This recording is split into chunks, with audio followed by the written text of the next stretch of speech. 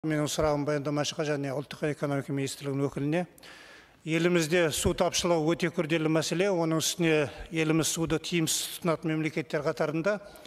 Құрылыс нормасына байланысты бір адамға шаққанда тұтыну ауылдық жерлерде 140, қалада 360 литр болу керек. Ал кейбір деректер бойынша елімізде күн сайын жан басына шаққанда жұмсалатын судың мөлшері 3,5 мың литрді құрайды делінген. Бұл тым көп. Су тапшылығы үлкен проблемаға айналмас үшін кодекс жобасында бірқатар шараларды ұсынғансыздар. Солардың бірі экологиялық ағын ұғымы енгізіліп отыр. Ол дегеніміз кез келген су қоймасынан суды түбіне дейін сарқып алып кету емес, енді белгілі бір мөлшерде суды қалдыратын болады. Бұл дұрыс. Еске сала кетейін, мемлекет басшысы суды нормативтен артық жұмсағандар оның ақысын жоғары тарифпен төлеу керек деді.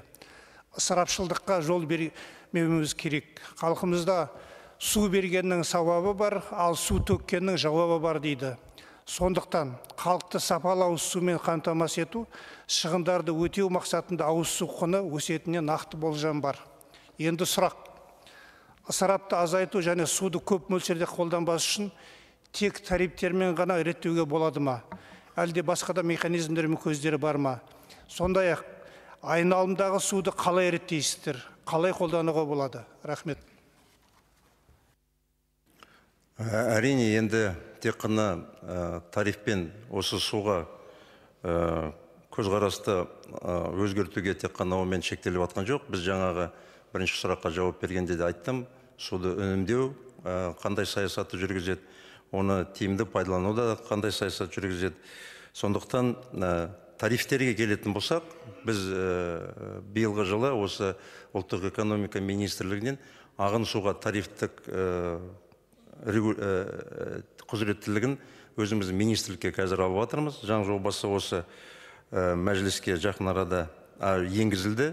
Біз қазір сонымен де жұмыс істеп жатырмыз. Біздің мақсатымыз мынау жаңа ережесін бекітеміз.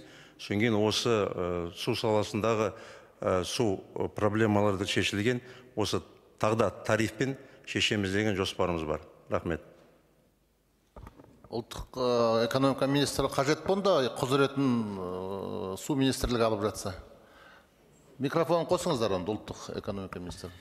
Ұлттық экономика министрлігі бойынша ауыз су мәселесі жалпы биылдан бастап ұлттық экономика министрлігінің бұйрығымен ауыз суды тұтынуға жаңа тарифтер бекіту жүйесін біз қабылдадық. Ол биылдан бастап енгізілді.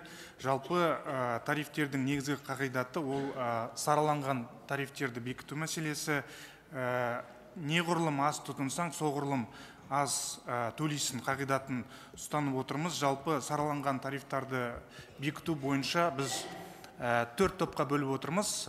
Жалпы бірінші топта тарифтарды бір айда бір адамға 3 кубқа дейін тұтыну мәселесі, бұл санатқа халықтың 50% кіреді және қолданыстағы тарифтар қалатын болады. Екінші топта бізде 3 метр кубтан 5 метр кубқа дейін суды тұтыну. Бұл жерде қолданыстағы тарифтар 20%-ға көтерілетін болады. Бұл санатқа халықтың 20% кіретін болады. Үшінші топта бізде су тұтыну мәселесі 5 кубтан 10 кубқа дейін тұтыну.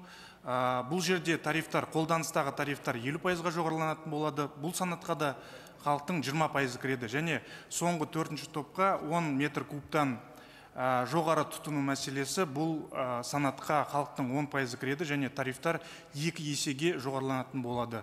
Жалпы біздің ойымызша бұл жаңағы сараланған тарифтарды бекіту, ол жаңағы халықтың суды тұтыну мәдениетін қалыптастырады деп есептейміз.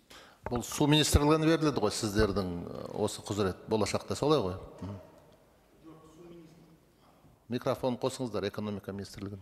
Су министрлігіне ауыл шаруашылығы суын реттеу берілді. Ауыз суды біздің министрлікте қалып жатыр. Тарифті реттеу. Тарифтарды реттеу.